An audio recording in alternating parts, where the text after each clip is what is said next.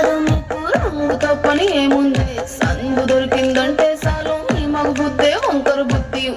అంటావా అమ్మవా అంటావా అమ్మవా అంటావా అమ్మవా అంటావా అమ్మవా